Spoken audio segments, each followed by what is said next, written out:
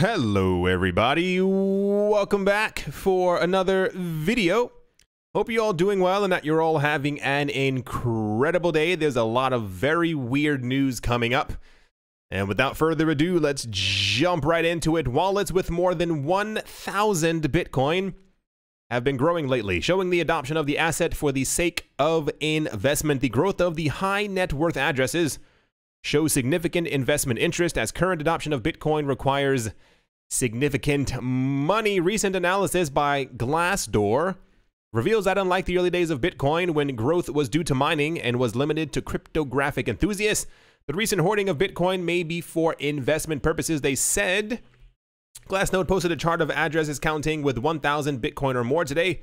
It prompted me to look back further in time. This is amazing. The rate of growth of 1,000 Bitcoin addresses now matches the early growth in Bitcoin's network. The Bitcoin network also habitually shows high net worth transactions and carries as much as $1 billion per day in value. With the adoption of mainstream futures markets, as well as increasing crypto-to-crypto trading, the future of Bitcoin remains bullish despite short-term price shakedowns.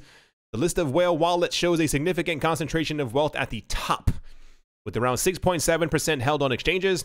Top wallets also hold thousands of Bitcoin, an amount that is high enough to sway trades. Compared to the current volume of the backed exchange, these amounts of Bitcoin in storage can be or have an immense impact. The growth of Bitcoin ownership arrived as maximalism prevailed in 2019. Altcoins failed to perform, essentially staging a continuous bear market since their peak in 2017. At the same time, Bitcoin is becoming more promising, with growth of above 200% since the start of the year. Prices aside, the entire price discussion of if altcoins are up or down, that's neither here nor there. The important part to keep noting is that relatively close to each other, we're continuously getting news, and I'm glad that this is actually popping up now, because it's a major, I think it should be, or continue to be, or should start to be, a major topic of discussion. I think a lot of people downplay it or simply try to act as if it's not happening. Bitcoin is being accumulated very heavily in mass. We had news, it had to be in sometime in no, it was definitely August. And it said, I think the amount of addresses that are having 10 or more Bitcoin is now at an all-time high, as most people, depending on which side of the pendulum you're swinging, a lot of people are trying to accumulate, it's usually three things. Either a tenth of a Bitcoin, an entire whole Bitcoin, and a lot of people have been telling me in the comment section, and other people just randomly who I meet sometimes, that they're actively trying to accumulate up to 10 Bitcoin. So along with everyone else trying to accumulate their own amounts of Bitcoin, everyone has a number in their head, usually a round number that they're trying to hit. But that just goes to show that even higher up, if you kind of want to say that, the amount of accumulation of Bitcoin is incredibly staggering, keeping in mind also that just because, or rather if someone holds 1,000 Bitcoin, that doesn't only mean that they're holding it just on one wallet. They may simply have it spread around different other wallets. So this is simply also only targeting wallets that have more than 1,000 Bitcoin inside of them, as opposed, someone might be a little scared and go, okay, I don't want all 1,000 on one thing. So here's 100, 100, 100, 100, 100, etc., or 250, 250, 250, 250. Very fascinating. Anyway, I like news like this. I like adoption news, but it's also like a, just be aware that other people are also accumulating while other people might be waiting for the price to go down further news. If that makes any kind of sense. It did. You know exactly what I'm talking about. Let's move on. Here's one that I'm sure that everyone is going to love. That was sarcasm. The U.S. Securities and Exchange Commission will facilitate a massive government surveillance program to track trades. The Consolidated Audit Trail Project, or CAT, that is C-A-T, first approved by the SEC in 2012, will trace all equity and options trades executed, there we go, on U.S. exchanges, consolidating them onto a single database controlled by the government. CAT is designed to track illegal or manipulative trades and to give regulators the data they need to determine the cause of any large market movement, such as the flash crash of May 2010. that saw about what's wrong with me today? We saw about $1 trillion in U.S. equity value evaporated from the Dow Jones Industrial Average in roughly 30 minutes. Broker-dealers will now have to start submitting trades to the CAT database in April of 2020, pushing the latest deadline of November 2019, according to a report by Pensions and Investments. SEC Chairman Jay Clayton said, and I do quote, "CAT needs to be implemented without further delays. The proposed amendments are designed to bring greater transparency and accountability to the implementation of the CAT." In a recent blog post entitled, "This CAT is a Dangerous Dog," Hester Pierce, who people don't call her that, but within the cryptocurrency space, she is relatively pro-crypto and pro-Bitcoin, relatively more than other people, says the program, CAT, is akin to the government setting up a direct feed from your car's GPS or sat-nav to interrogate you about any of your travels. The federal government is forcing every broker in the U.S. to turn over every investor's trades from start to finish to a database that the SEC and private regulators will be able to mine for data and analyze. This is why I said everyone's going to love this. It's just such a great news story. Your broker cannot opt out, and neither can you, unless you stop trading in U.S. markets, which is super significant. People working for over a dozen different organizations in the public and private sector will have access to the data, and there are few concrete parameters on how they can use it. On Friday, here's the best part. Jay Clayton, along with the U.S. regulators from the U.S. Commodities Futures Trading Commission and the Financial Crimes Enforcement Network, or FinCEN, issued a joint statement addressing cryptocurrencies and the obligations of platforms involved in trading such assets. The statement is intended to remind persons engaged in activities involving digital assets of their anti-money laundering and countering the financing of terrorism through anti-money laundering CFTC obligations under the Bank Secrecy Act. How wonderful is that? Remember a couple of days ago, even since like the beginning, no, it was like last year, I said I felt like when we did eventually get regulations for cryptocurrencies within the US, that they would be terabad. I figured from the get-go, this is just my opinion, of course, that they would have no actual idea how to actually implement any type of regulations. The news that we had less than a week ago at this point was that people from, it was the SEC, the CFTC, FinCEN, was it FINRA? And there was also, what's the other one? The other major organization who tells everyone like what to do with their money. Not the IMF. Gosh, what are they called? It doesn't matter. I'll get it in a couple minutes. They announced that everyone in the world must follow crypto regulations. The people in the US said everyone has to follow the same exact things that banks and other institutions who deal with money or things of value or things that are considered commodities and or securities under the same exact rules as everybody else, which essentially means not even reading between the lines. It's just reading the actual lines. At some point in the near future, especially if you've been paying attention, Coinbase has a banking license, security licenses, which means they are trying to act as a bank, if not already considered a bank, and they can hold securities on their platform. Everything that we just spoke about falls under the jurisdiction of the SEC and the CFTC, which leads me to believe, logically speaking, that they're going to start, if not already have done so, everyone's cryptocurrency transactions either from already, starting in November, or starting in, what was the actual date? April of 2020. When we talk about the need for decentralized currencies, this is it. When we talk about the need for private transactions on blockchains, this is also it. We are going to reach a point very, very soon, and I know this may sound like it's not going to come true. It may sound completely ridiculous, where the things you've done with cryptocurrencies are going to be heavily scrutinized, and you won't understand why. It is known that last year alone, Bitcoin itself transacted over $1 trillion in value. That is a lot of money. That's worth more There are multiple countries in the world. If you slam them all together, it's worth more than them completely as a whole together. Part of the problem is many governments, if not any, none of them received any of that money as transactions were passing back and forth. Because normally the way that transactions work is that there's a database, there's a system, and as you are transacting, the money ends up going to higher authorities. However, it didn't. So we're going to see a very big squeeze. I'm expecting a if you thought the 2018 shakeout was something, I think the 2020 shakeout of the cryptocurrency market is going to be incredibly intense. And that's more so just within certain jurisdictions. For those of you looking at the screen, you know exactly what I'm talking about. The best part, once again, as always, is we live in the future. For those of you who don't know, we're going to have self-driving cars. There are already machines doing surgery. People are rolling around on scooters outside.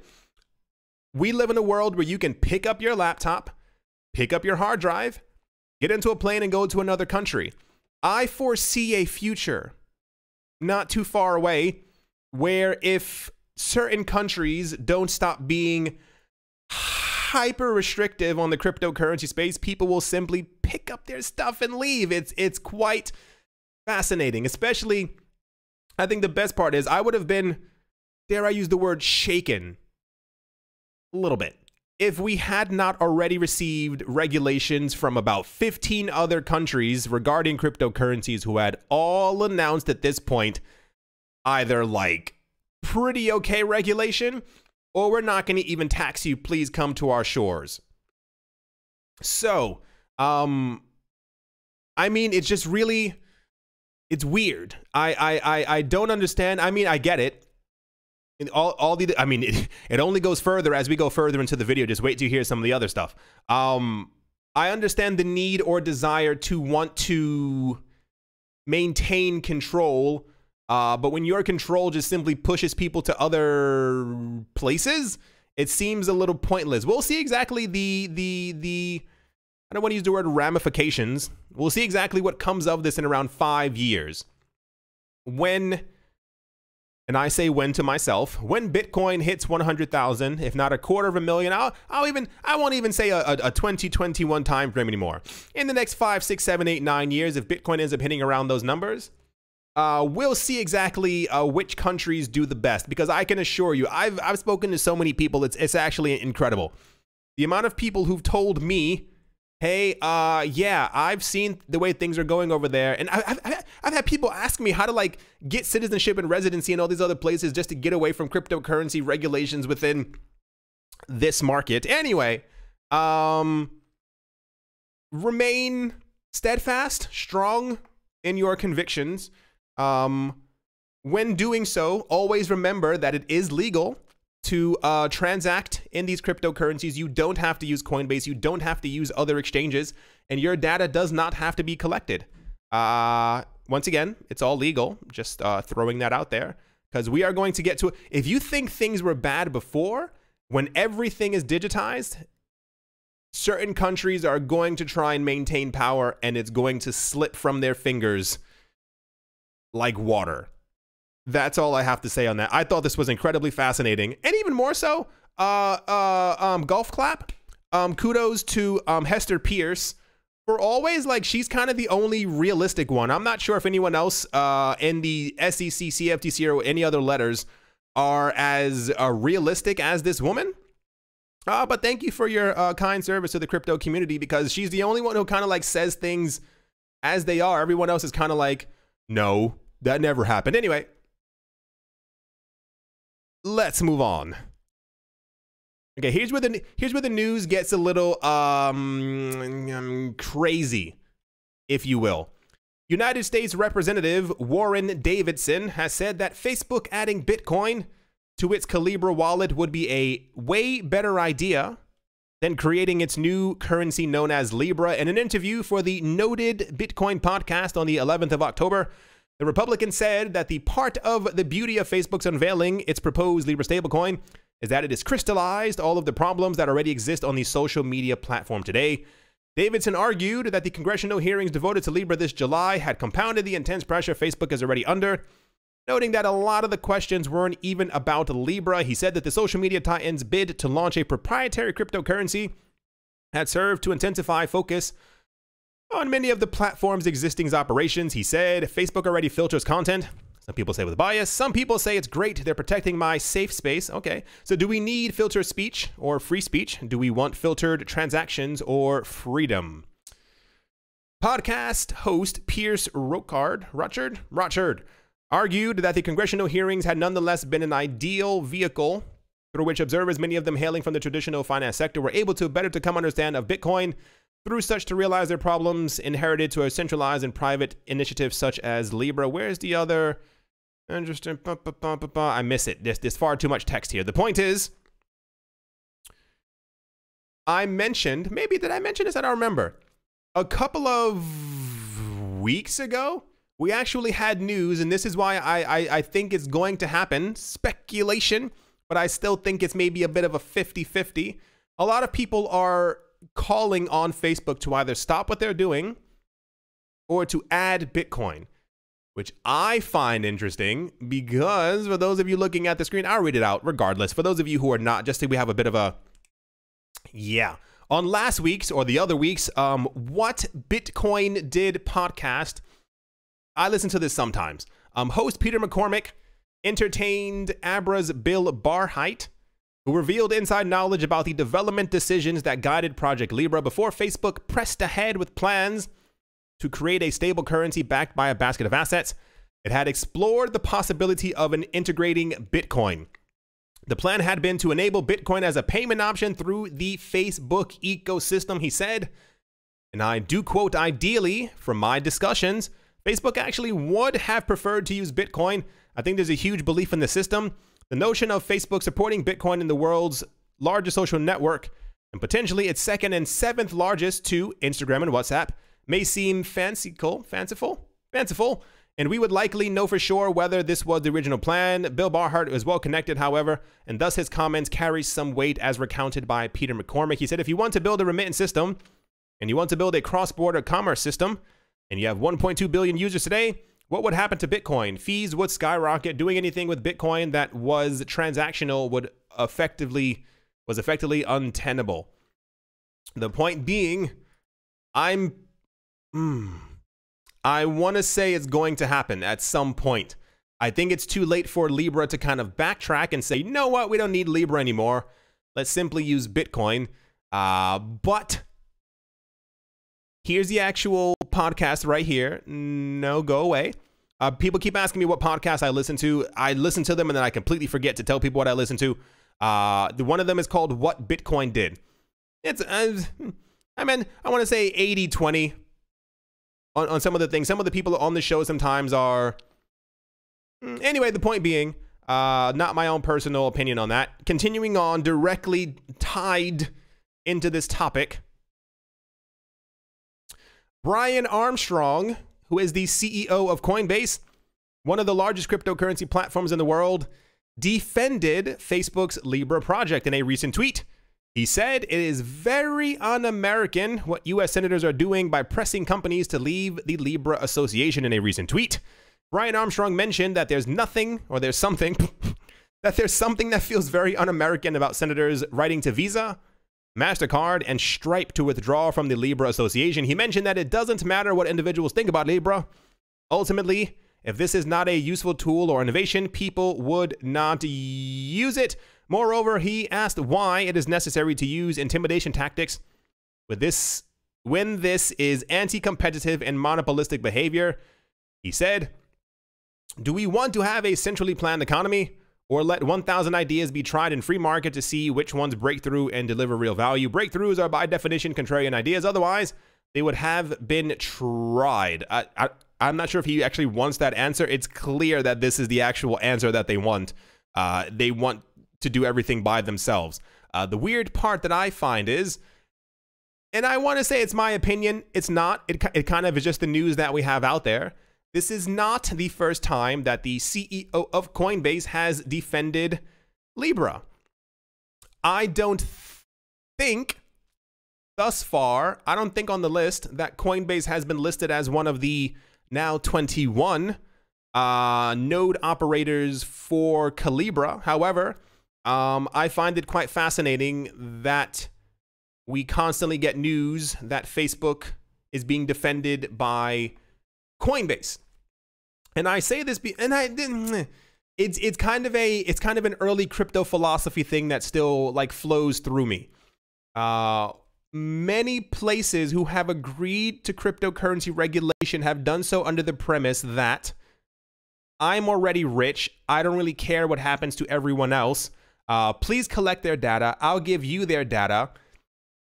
And the fact that we know that Facebook collects our data in mass, one can logically assume that with the advent or creation of Libra, they're probably also going to be collecting data in mass. And then to defend them by doing this, I would understand if you... can't agree with that either. It's more so of a... remember a couple of weeks ago when I was like, all the hubbub, all the ruckus, the loud noise that we were hearing from people talking about how much they disliked Libra had kind of simmered down just about on all counts. Not really the 38 people who we had before. None of them were really screaming anymore. And I said it would be really weird if we started getting people coming forward talking about that they're in favor of Libra. Seems to be happening. Tying also, like I said, the video only gets weirder. Tying directly into this, Terry Gu, Taiwan's richest man and the founder of the manufacturing giant Foxconn, wants the island of Taiwan to roll out the red carpet for Facebook's Libra cryptocurrency. In a recent, notice speech, the billionaire and the one-time presidential candidate said Taiwan could boost its status as an international financial hub by embracing Libra rather than approaching the project with skepticism as other governments have done. Gu also suggested the island could connect Libra if and when it launches with the digital currency being developed by the People's Bank of China. My goodness, doesn't that sound wonderful? He said, I know Facebook CEO Mark Zuckerberg pretty well, and I hope we can bring Libra to Taiwan in the future. He said this on the 3rd of October in an annual meeting of the Taiwan's Technology Association of Taipei. Mainland China has decided not to accept Libra and build its own cryptocurrency. That creates a great opportunity for Taiwan as we can become a place where the two separate systems converge. To that end, Taiwanese regulators should establish a more welcome legal system for decentralized financial technologies, Gu said, arguing that the fintech projects could benefit semiconductor and crypto businesses. Don't even have to read any more. I would assume, I don't know this guy, probably never going to meet him. One can only assume he has a lot of sway. Meaning his pockets are very heavy, and when he walks by, he hits people with them, and they do exactly what he says. How unsurprised would you be if parts of island nations started to accept Bitcoin in the near future? Remember what I said? And this was July. June was when we heard about Libra the first time, and there were many podcasts that were starting to blossom, where they were talking about the danger of Libra launching. One of the dangers is, for those of you who don't know, the world runs on debt. Other countries put other countries in debt as a way to control them, as a way to say, you can kind of always say, you owe me. Always. In a situation where a social media company, by default, automatically becomes the largest central bank in the entire world, when other countries who are not doing well economically already at the current, without even being in a recession, are currently not doing well, during a recession when things get even worser, they go to Facebook and say, we need about $50 billion. Can you lend it to us? And Facebook goes, sure. Integrate Libra into your systems and we'll send it to you in about 5 minutes. Yeah, it's that fast. Countries around the world, especially those who are already looking to get away from monopolistic currencies, I'm certain are already in discussions with Facebook about Libra. Do you know why I say this? The fact that PayPal, Visa, MasterCard, Stripe, 5th and 6th and 7th name have all left Libra. And the news that we had the day after from Libra was like, no, we're still good. Yeah, the biggest names have left. We are,